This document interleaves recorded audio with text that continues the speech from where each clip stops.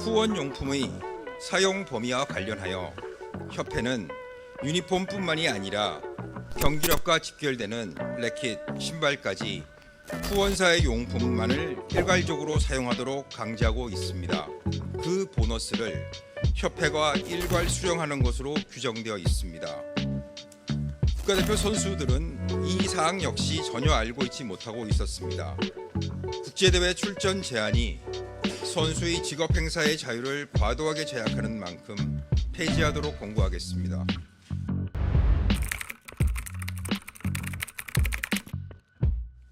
지난 올림픽 당시 안세영 선수의 인터뷰를 계기로 체육계의 낡은 관행이 사회적 이슈가 되었고, 문화체육관광부는 파리올림픽 직후부터 조사단을 구성, 대한배드민턴협회를 조사하고 있습니다.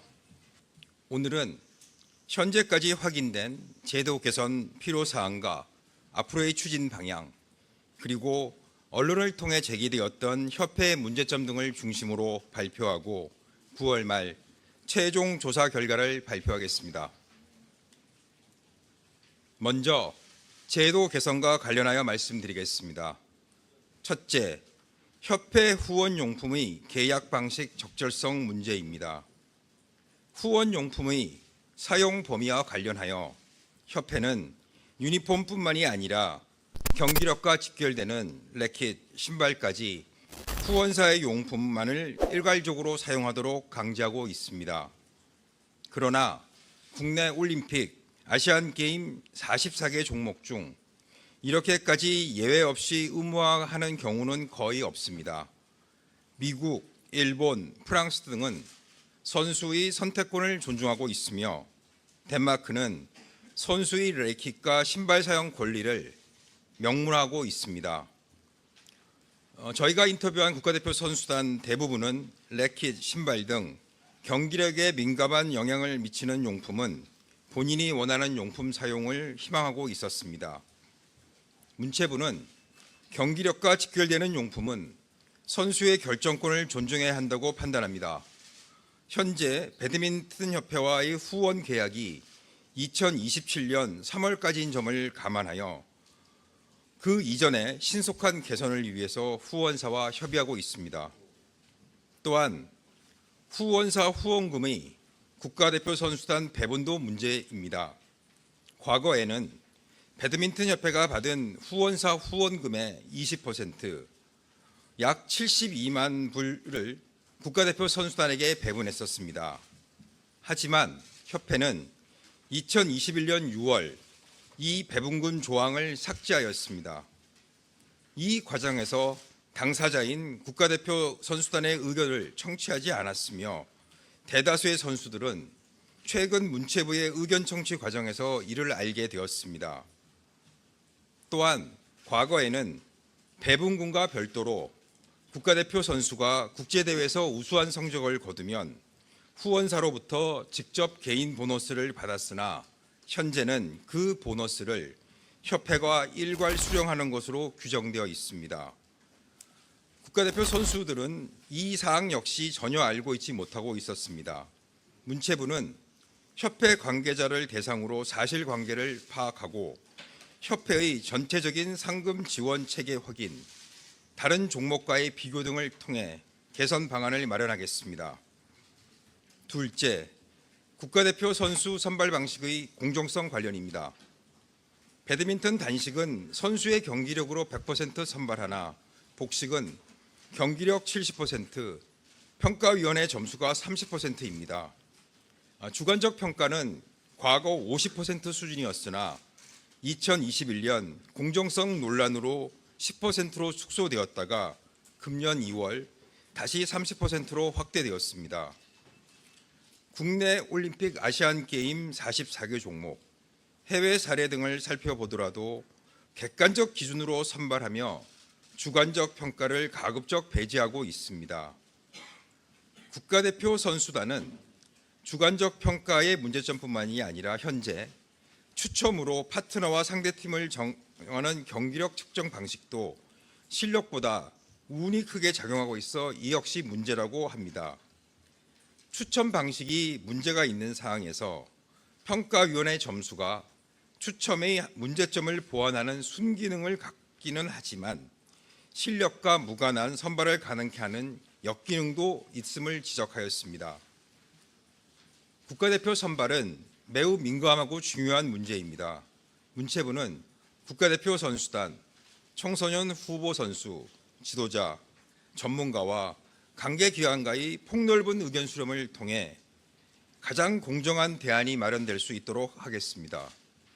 셋째, 비국가대표 선수의 국제대회 출전 제한 관련입니다.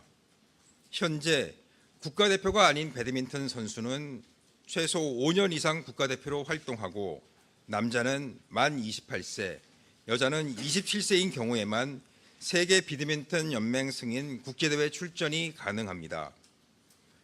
국내 올림픽 아시안게임 44개 종목 중 배드민턴처럼 비국가대표 선수의 국제대회 출전을 제한하는 경우가 없습니다. 미국, 일본, 덴마크, 프랑스도 마찬가지입니다. 문체부는 국제대회 출전 제한이 선수의 직업 행사의 자유를 과도하게 제약하는 만큼 폐지하도록 권고하겠습니다. 넷째, 실업 배드민턴 연맹의 연봉과 계약 기간 관련입니다. 현재 배드민턴 신인 선수는 계약에 따라 학력에 따른 연봉 차별과 고졸 7년, 대졸 5년이라고 하는 지나치게 긴 계약 기간에 대한 지적이 있었습니다. 아울러 이 계약 기간에는 군 복무 기간은 산입되지 않습니다. 국내에서 실업 연맹이 있는 21개 종목 중 20개 종목은 이러한 규제가 없습니다. 관련 규정이 있는 핸드볼은 계약 기간을 1년 이상 5년 이내로 유연하게 두고 있으며 연봉도 최고 연봉이 아닌 선수 보호를 위한 최저 연봉입니다. 국가대표 선수단뿐만 아니라 전문가들 역시 한 목소리로 연봉에 있어서 학력 차별 철폐, 계약 기간 단축을 주장하고 있습니다. 2016년도 이러한 제도를 만든 실업 배드민턴 연맹 역시 최근 제도 개선을 검토하고 있습니다. 문체부는 현행 제도가 신인 선수들의 연봉을 하향 평준화하고 실업팀의 이익에만 부합하는 불합리한 제도로 판단합니다. 실업 배드민턴 연맹과 실업팀 관계자와 함께 모여 최대한 빨리 대안을 만들겠습니다. 다섯째, 국가대표 선수의 임무와 결격 사유입니다. 배드민턴 협회는 국가대표 선수에게 촌내외 생활과 훈련 중 지도자의 지시와 명령에 복종을 요구하고 협회의 정당한 지시에 불응하는 경우 자격 정지 등 불이익을 줄 수 있는 권한을 가지고 있습니다. 이러한 규정은 고 최숙현 선수 사건 이후 체육계에서 공식적으로 폐지되었음에도 잔존하고 있는 부당한 규정입니다. 문체부는 즉시 폐지를 권고합니다. 안세영 선수가 그때 올림픽 직후에 발언했던 것 중에 부상 관리에 대한 부분이 있었는데 그 부분은 지금 브리핑 내용이 빠진 것 같아서 그 부분은 좀 어떻게 좀 정리가 됐는지 궁금하고요. 그리고 뭐 지금 선수 뭐 20여 명을 만났다고 하셨는데 그 선수들 중에 안세영 선수도 있는지. 먼저 안세영 선수는 그 22명의 선수 중에 만난 중에 포함이 돼 있습니다. 그래서 제가 22명을 다 만나지는 못했지만 안세영 선수는 제가 만났습니다. 그래서 안세영 선수 관련된 의견을 청취를 했었고요. 저희가 이제 그 부상 관련해서 안세영 선수가 당시 적절한 치료를 받지 못했다. 그 다음에 선수촌에 있는 의사 문제와 소속팀에 있는 문제 여러 가지 의견을 제기한 걸 알고 있습니다. 저희가 그 선수단을 의견을 청취하는 과정에서 지금 이제 그 중국 오픈, 일본 오픈이 있었고 아마 목포에서 코리아 오픈이 있어서 이제 거기에 참석했던 주로 일진 선수들 22명을 저희가 만났었고 나머지 이제 28명의 선수단을 더 만날 예정인데 그 선수단이 현재 지금 국제대회에 출전 중입니다. 그래서 부상 관련된 것은 안세영 선수 의견이랑 저희가 그 김학균 감독의 의견을 청취를 했고 추후에 선수단 다른 선수들이랑 그 다음에 선수단 관계자 협회 의견을 좀 더 들어서 그 관련된 방안을 다시 한번 발표할 예정입니다. 안세영 선수가 언론 인터뷰 통해서 얘기했던 것 중에 진천 선수촌에서 선배 선수들의 빨래와 청소를 대신해 주는 것과 같은 그 조직 생활의 부조리 측면이 있었는데 그 부분에 대한 조사도 진행 중인지 좀 어떤 단계에 있는지 궁금합니다. 그것은 사실 대부분 확인을 했습니다. 저희가 이제 그 복수를 통해서 확인을 해봤고 안세영 선수한테도 직접 들었는데 예전에 비하면 사실 그 빨래나 이런 청소를 시킨다고 하는 부조리한 관행은 많이 사라진 것은 사실입니다. 그런데 일부 이제 그 선수단 내에서 무슨 고참이나 좀 주장 같은 분의 캐릭터에 따라서 그런 관행이 일시적으로 잠깐 있었다가 최근에도 그런 것들이 있었던 것 같습니다. 그래서 그 건 관련해서는 지금 현재 상태로는 그렇게 일반화된 관행 같지는 않습니다. 국장님이 안세영 선수 만나셨다고 하니까 그 일각에서는 좀 슈퍼스타의 관심과 이익 등이 집중되면서 무명 선수나 아니면 뭐 연봉이 낮은 선수들이 오히려 피해를 볼 수도 있다 이런 의견도 있는데 22명 만난 선수들이 뭐 안세영 선수 의견에 좀 동의를 했던지 아니면 어떤 입장인지를 뭐 밝힌 게 있을까요?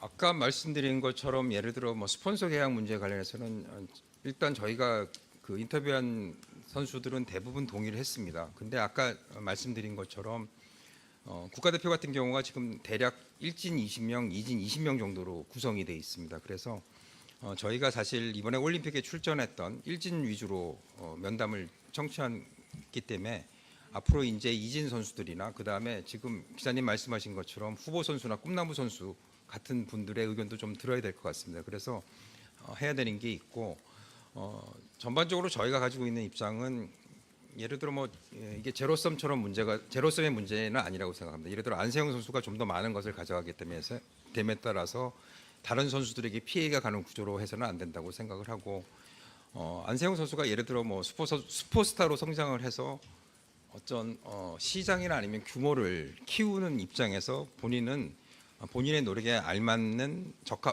적당한 어떤 수익이나 이런 걸 얻고 대신 다른 선수들 역시 기존의 안세영 선수가 무명 선수나 어렸을 때 받았던 그런 도움은 받을 수 있도록 그래서 전반적으로 잘하는 선수는 진짜 그 어떤 우리가 굴레 없이 좀 잘할 수 있게 해주되 기본적으로 어떤 후보 선수나 꿈나무 선수 같은 배려도 두텁게 하는 그런 방안을 찾으려고 지금 노력 중에 있습니다.